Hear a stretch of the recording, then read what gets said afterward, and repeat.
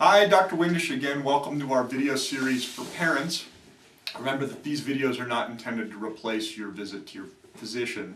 If you have concerns or questions about your child, please make an appointment to be seen. We're happy to see you here in our office, area code 775-359-7111. Today let's talk about sunburn in children, both the prevention and the management of sunburn. Ideally, we don't want your children being sunburned. Sunburns are very dangerous. They can cause permanent skin damage. They definitely set your child up for skin cancer later on. Sunburns early in life are much more dangerous than sunburns in middle and late adulthood. So prevention is critical. Step number one, especially with your infant, is keeping the child out of the sun. Young children do not need suntans. It's not good for them. So long sleeves, shades, umbrellas, stuff like that's very important. Real popular these days are nylon rash guards, which have sun protection factor built into them, and many of them are completely occlusive. To keep the sun off your child's back is important. For exposed areas, and for those of you who live in a desert like I do, where there's not a lot of trees, sunscreen is critical for infants and children of all ages. Emphasis on all children. Parents ask me all the time, how old does my child need to be before I can put sunscreen on them? And the answer is, as soon as you can no longer keep them out of the sun, they need it on. It doesn't matter what variety you are using. It does not need to be labeled specifically for children. Okay, so any sunscreen will do. The higher sun protection factor, the better.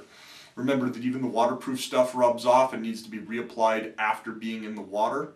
And if you're not in the waterproof stuff sweats off and needs to be reapplied every hour or so. Make sure you get the face and behind the ears. If you live in an area where you're actually in the snow in the winter, make sure you get the areas that are underneath, areas that you don't normally think of as getting sun exposure, because light bounces off the snow and gets you.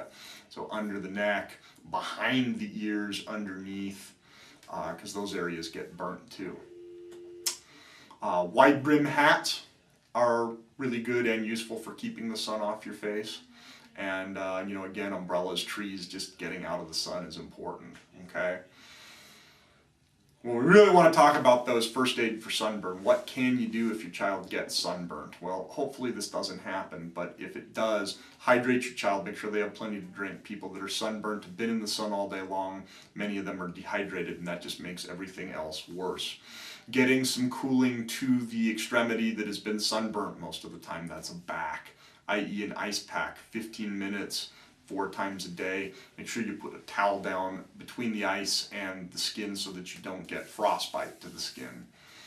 You can use cooling sprays, something like Solar Cane, which is available in most pharmacies and can be sprayed on, has a topical anesthetic to it, and also has a cooling effect, and that often goes a long way to help. A lot of people find a lot of relief with aloe vera gel. And in fact, there has been some research looking at aloe vera and burn healing in particular, second degree burn healing.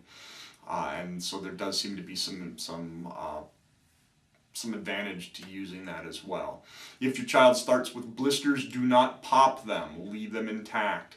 The area underneath the blister won't get infected as long as it's intact. If the blister pops on its own, then you need to remove the overlying blister. You don't want overlying dead tissue sitting over normal healthy tissue. That'll trap bacteria under it.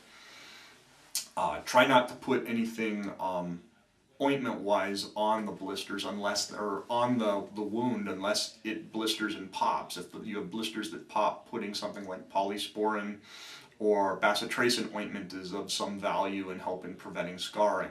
Most plastic surgeons recommend not using silver-based prescription cream, something called Silvadene, and most plastic surgeons recommend not using Neosporin, which has neomycin in it and causes a lot of allergies.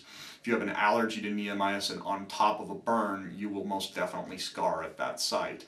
But polysporin, its neomycin depleted relative, is much safer. If the pain is uncontrollable, you may need to see your doctor so that you can get some medication for pain. Tylenol with codeine often helps the problem. Hopefully we're not having to go down this road again. The key here is prevention, so hopefully we can prevent it. Remember, sunscreen or sun burns are not benign. They do set your children up for bad things like melanoma later.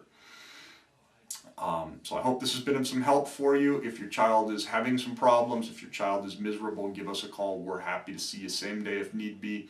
Area code 775-359-7111. We'll see you next time.